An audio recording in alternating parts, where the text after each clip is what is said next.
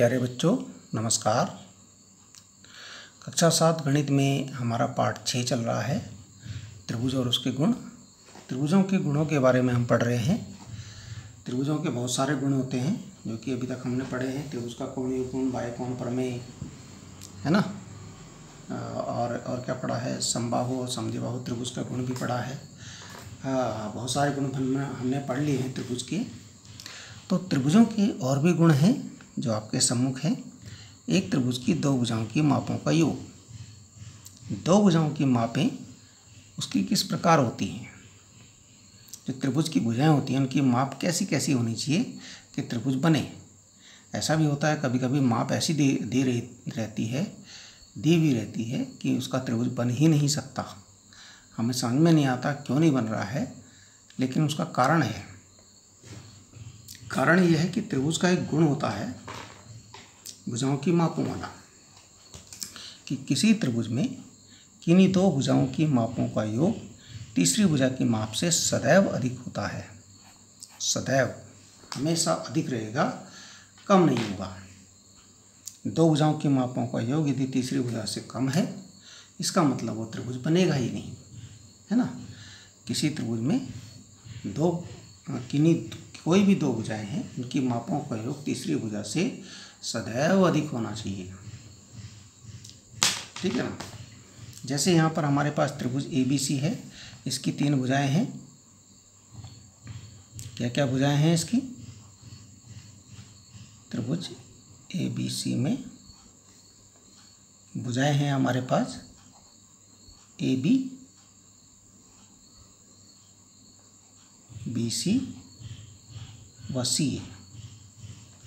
अगर हम इनकी मापें यही मान लें, जो नाम है AB, BC, CA, इनकी मापें यही मान लें, तो AB की जो माप होगी, AB की माप प्लस BC की माप, ये CA की माप से उसकी माप का योग कर दिया हमने। ये CA की माप से हमेशा अधिक होगा, पहला पॉइंट। दूसरा पॉइंट, हमने बोला किन्हीं दो भुजाएं। हम केवल AB और BC दो ही फिक्स दो भुजाएं नहीं ले सकते। हमने एक पॉइंट तो ये है। दूसरा पॉइंट, अगर हम ऐसे ना जोड़ करके ऐसे जोड़ें कि BC प्लस CA, हमने ये वाली दो भुजाएं जोड़ी, ये भुजा और ये भुजा को लिया, इनको जोड़ा, तो इनकी मापों का जो योग होगा वो भी तीसरी भुजा क्या बची हमारे पास, AB, इसकी माप से अधिक होगा। ये अधिक का चिन्ह लगा रहा हूं मैं,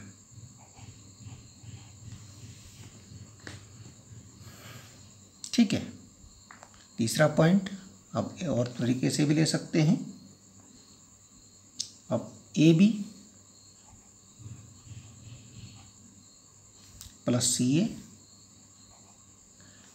इस भुजा का माप इस भुजा से अधिक होगा। इसका और इसका मापों का योग, मतलब इसका जो नाप और इसकी नाप है, इनको जोड़ेंगे तो ये BC से अधिक होगा। अगर ऐसा नहीं है तो त्रिभुज में कोई गड़बड़ है, वो बनेगा ही नहीं, ठीक है। मापों में गड़बड़ है। ये हम इस बात से समझाना चाह रहे हैं आपको कि ऐसा होता है ये नियम। अब इस त्रिभुज में देखिए, आपके सम्मुख त्रिभुज है। जैसे त्रिभुज PQR में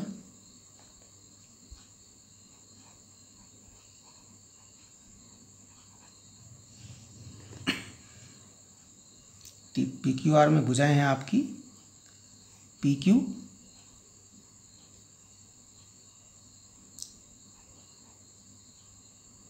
QR और PR, ये आपकी 3 भुजाएं हैं। PQ की माप हमने लिखी है 4 सेंटीमीटर, QR की है 7 सेंटीमीटर और PR की है 5 सेंटीमीटर। अब देखिए, जब PQ और QR को जोड़ेंगे, PQ प्लस QR ये हो गया 4 और 7, 4 धन 7,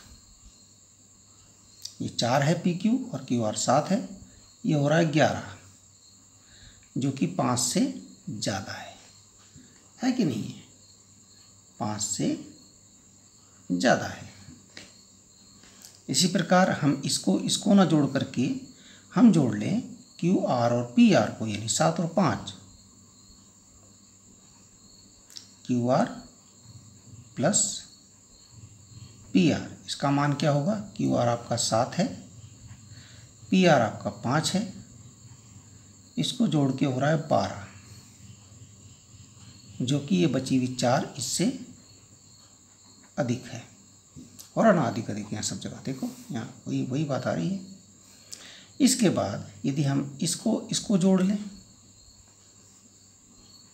P Q plus P R, P Q plus P R, P Q आपका 4 है, पी आर आपका 5 है, ये होता है 9, जोड़ के होता है 9। जो तीसरी भुजा बची हमारे पास, पी क्यू और पी आर हमने लिया है, तीसरी बची क्यू आर, ये है 7, ये 7 से, इसका इन दोनों भुजाओं का योग इस तीसरी भुजा 7 से अधिक है, यानी ये त्रिभुज इसलिए बन गया है। यदि ऐसा नहीं होता तो त्रिभुज बनना ही नहीं था। ये है आपका त्रिभुज का एक नियम, त्रिभुज का एक गुण है कि किसी त्रिभुज में किन्हीं दो भुजाओं की मापों का योग तीसरी भुजा की माप से सदैव अधिक होता है। ठीक है, एक गुण और है इसके साथ। ये क्या है कि किसी त्रिभुज में दो भुजाओं की मापों का अंतर, वो मापों का योग था, योग मतलब जोड़ना, यह मापों का अंतर है, अंतर मतलब घटाना, तीसरी भुजा की माप से सदैव कम होता है। ऐसा भी नियम है कि दो भुजाओं की मापों का यदि हम अंतर करेंगे, देखिए, अर्थात इसका मतलब क्या हुआ, त्रिभुज एल पी जी में, त्रिभुज एल पी जी में अगर हम कहें जो हमें बड़ी भुजा लग रही है, इसकी भुजाएं हैं एल पी, ठीक है, पी जी व जी एल, ये तीन भुजाएं हैं। अब एल पी बड़ी भुजा नहीं है, इसको ये कैसे घटेगा, पी जी बड़ी भुजा है, इसमें से यदि हम एल पी को घटाते हैं, एल पी छोटी भुजा है, पी जी बड़ी भुजा है, तो इसका जो घटाने का मान होगा ये हमेशा कम होगा जी एल से, इस भुजा से कम होगा, अंतर सदैव कम होता है। अब जैसे मान लिया जाए हमें भुजा ये वाली बड़ी लग रही है, ये छोटी लग रही है, तो हम एल जी से एल पी घटाएं तो इसका जो अंतर होगा वो इस वाली भुजा से कम होगा, जो तीसरी भुजा बची हमारी इससे कम होगा।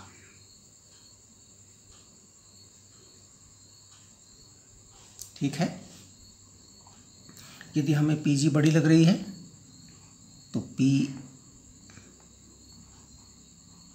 जी और ये छोटी लग रही है, पी जी में से जी एल यदि घटाएं तो इनका अंतर जो होगा इस भुजा से, इस भुजा की माप से एल पी से कम होगा। यानी कहने का अर्थ है किसी त्रिभुज में दो भुजाओं की मापों का अंतर तीसरी भुजा की माप से सदैव कम होता है। अब देखिए, इस बात को हम ऐसे भी समझ सकते हैं, यहाँ पर एक त्रिभुज एक्स वाई जेड में देख लीजिए, जो एक्स वाई जो भुजा है उसकी माप है 6 सेंटीमीटर, वाई जेड जो भुजा है उसकी माप है 3 सेंटीमीटर, और एक्स जेड या जेड एक्स जो भुजा है इसकी माप है 4 सेंटीमीटर। अब जो बड़ी भुजा है उससे छोटी घटाने का प्रयास कीजिए। मान ले जाए हम एक्स वाई में से वाई जेड घटाते हैं, एक्स वाई में से वाई जेड घटाते हैं, यानी 6 में से 3 घटाते हैं, तो ये आ रहा है 3। तो इनका जो अंतर है, इसके अलावा जो भुजा बची 4, इससे कम आया। 3 कम होता है, 4 ज़्यादा होता है, सीधी सी बात है। या हम ऐसे भी कह सकते हैं कि एक्स वाई में से हम जेड एक्स घटा लें, 6 ऋण 4, यह आ रहा है 2। तो इसका अंतर जो है 6 में 4 गए 2, ये अब 6 और 4 ले ली हमने, ये और ये ले ली, ये बची 3, इससे कम है। भाई तो कम होता है, 3 ज़्यादा होता है, सीधी सी बात है ना। हम जेड एक्स से वाई जेड को घटा लें, अगर जेड एक्स है हमारे पास, इसमें से वाई जेड घटा लें, तो ये 4 है, ये 3 घटाया, बचा 1, तो ये बची हुई तो 6 है भाई, इससे तो कम है ही है। ये कम होता है, 6 ज़्यादा होता है। तो कहने का अर्थ ये है, दूसरा गुण ये है, त्रिभुज की भुजाओं के मापों के संबंध में पहला गुण है कि किसी त्रिभुज में किन्हीं 2 भुजाओं की मापों का योग तीसरी भुजा से सदैव अधिक होता है, पहला गुण। ठीक है, किसी त्रिभुज में किन्हीं 2 भुजाओं की मापों का योग तीसरी भुजा की माप से सदैव अधिक होता है, पहला गुण। दूसरा गुण आपका है, जो दूसरा गुण अभी हम पढ़ रहे थे, किसी त्रिभुज में 2 भुजाओं की मापों का, किन्हीं भी 2 भुजाओं की मापों का अंतर तीसरी भुजा की माप से सदैव कम होता है। अब पहले गुण पर आधारित हमारे पास एक प्रश्न है, यह है क्या कोई ऐसा त्रिभुज संभव है जिसकी भुजाओं की माप ये है 10.2 सेंटीमीटर, 5.8 सेंटीमीटर या 4.5 सेंटीमीटर। इस प्रकार की मापें हैं, देख लीजिए, हल करके देख लेते हैं, चेक कर लेते हैं। पहले गुण के आधार पर यहाँ भुजाओं की माप दे रखी है 10.2 सेंटीमीटर, 5.8 सेंटीमीटर और 4.5 सेंटीमीटर। हम जोड़ लेते हैं कोई 2 भुजाएं, मान लिया जाए ये और ये जोड़ लेते हैं हम, तो 10.2 प्लस 5.8 जोड़ लीजिए, 8 2 10 का 0, 5 और 0 5 और 1 6, 16। यह है आपका 16.0, जो कि इससे जो तीसरी भुजा बची 4.5 इससे ज़्यादा है। तो ये गुण आपका फिट हो रहा है, सही है, ये गुण बिल्कुल सही है, गुण पे फिट हो रहा है।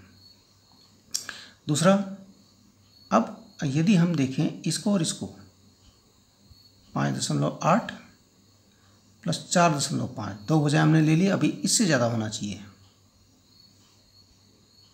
जोड़ लेते हैं। देखिए रफ कर रहे हैं, ये रफ का काम है, आप अलग से रफ में करेंगे। 5.8 4.5, इसको जोड़ के देखिए, जोड़ा हमने यहाँ पर 8 5 13 का 3 हासिल 1, 5 4 9 1 10, यह आया आपका 10.3। और यहाँ पर जो भुजा बची हमारी वो है 10.2, तो ये 10.3 तो ज़्यादा होता है, 10.2 कम होता है। तो ये बात भी आपकी पहले गुण के अनुसार सही है। अब तीसरा देखिए, तीसरा पॉइंट क्या होना चाहिए। अब इस भुजा को और इस भुजा को लीजिए, ये है 10.2 प्लस 4.5, इसको जोड़िए, 10.2 और 4.5, 5 2 7, 10 4 14, ये हो गया आपके 14.7। कितना हो गया? 14.7। अब ये भुजा बची 5.8, ये इससे बड़ा है, तो ये पॉइंट भी आपका, यहाँ भी आपका फिट बैठ गया बिल्कुल। पहला जो वो है बिल्कुल सही है। इसका मतलब यहाँ त्रिभुज संभव है। अतः दी गई मापों पहला ही का त्रिभुज क्या है? संभव है। यदि इसमें कोई भी उल्टा हो जाता, यानी यहाँ पर ये बड़ा नहीं होता योग, तो तब त्रिभुज संभव नहीं होता। त्रिभुज संभव है। अब इसका सेकंड नंबर देखिए। सेकंड नंबर में क्या कहा उसने दूसरे प्रश्न में इसके कि 12 सेंटीमीटर, 25 सेंटीमीटर और 13 सेंटीमीटर भुजाएं हों तो क्या वो संभव है? अब देखिए 12 सेंटीमीटर, 25 सेंटीमीटर और 13 सेंटीमीटर। अब देखिए 12 और 25 को जोड़िए, 12 प्लस 25 कितने हो गए? 5 2 7 और 1 3, ये हो गए 37। 12 और 25 को हमने लिया था, बची हमारे पास 13, ये 13 से ज़्यादा है, यानी ये सही है। यहाँ पर ये सही है, पहला नियम लग रहा है। दूसरी कंडीशन हम इसको उठाएं, 25 प्लस 13, ये लिया। अब हमने इसको छोड़ दिया, 5 3 8, 2 और 1 3, ये हो गए 38। ये भी, अब इसके बाद क्या बचा हमारे पास? 12 बचा था, 12 से ये ज़्यादा है, यानी ये भी सही है। अब इसके बाद हमारे पास भुजाएं क्या बची जिनको हमने चेक नहीं किया अभी तक, जिनको हमने जोड़ा नहीं बनाया? 12 25 का जोड़ा हमने बनाया, 25 13 का हमने जोड़ा बनाया, 12 13 का नहीं बनाया। 12 प्लस 13, ये हो रहा है 3 और 2 5, तो 25 हो रहा है। और जो तीसरी भुजा बची वो बची 25। अब क्या ये बड़ा है? बड़ा नहीं है, ये है बराबर। ये आपस में बराबर हो गए, जबकि बराबर तो होना नहीं चाहिए था, ये बड़ा ही होना चाहिए था। दो भुजाओं का योग तीसरी भुजा से सदैव अधिक होता है। यदि अधिक नहीं है, इसका मतलब ये सही नहीं है, यहाँ फिट नहीं हो रहा है, अतः त्रिभुज संभव नहीं है। अतः त्रिभुज दी गई मापों का त्रिभुज संभव नहीं है।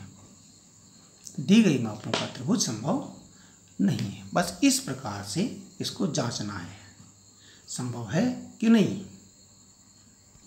अब इन गुणों को समझने के लिए एक हमने प्रश्न, एक उदाहरण और उठाया है। देखिए, एक त्रिभुज की दो भुजाओं की मापों का योग 6 सेंटीमीटर और 8 सेंटीमीटर है। इसकी तीसरी भुजा की मापों का योग माप जो है किन दो संख्याओं के बीच होगी। इसके लिए हम क्या करेंगे? त्रिभुज की भुजाओं की माप क्या है?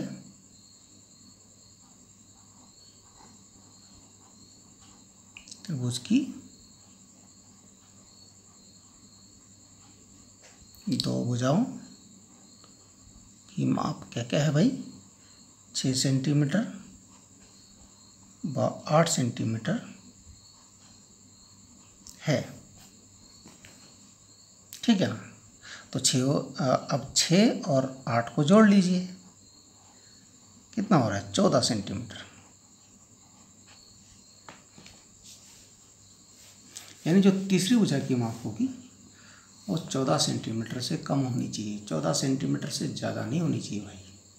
क्योंकि दो भुजाओं की माप तीसरी भुजा से हमेशा अधिक होती है। यदि 14 हो गई तो बराबर हो जाएगी, तब भी गड़बड़ हो जाएगा। 14 से कम ही होनी चाहिए, पहली बात। अब बड़ी भुजा से छोटी को घटा लीजिए, 2 सेंटीमीटर। यानी जो तीसरी भुजा होगी वो 2 सेंटीमीटर से अधिक होना चाहिए, क्योंकि भुजाओं का अंतर जो होता है वो तीसरी भुजा से कम होता है। 2 रखेंगे या 2 से कम करेंगे, है ना, 2 रखेंगे तो 2 तो बराबर हो जाएगा, अंतर तो कम होना चाहिए। यानी 2 से ज़्यादा होना चाहिए इसको, तब वो अंतर कम होगा। लिखेंगे अतः तीसरी भुजा की माप 2 सेंटीमीटर से अधिक व 14 सेंटीमीटर से कम होगी। 2 और 14 के बीच की होगी, वो भुजा 2 सेंटीमीटर और 14 सेंटीमीटर के बीच की होगी। ठीक है, धन्यवाद। आप इस काम को कीजिए। यहाँ कक्षा 7 में केवल मुझे लगता है कि 2 बच्चे तो काम कर रहे हैं, बहुत अच्छे बच्चे हैं, उनको मैं धन्यवाद देना चाहता हूँ और बधाई भी देना चाहता हूँ भविष्य के लिए। भविष्य में ज़रूर कुछ बनेंगे। एक है आशीष कुमाई और एक है स्वाति।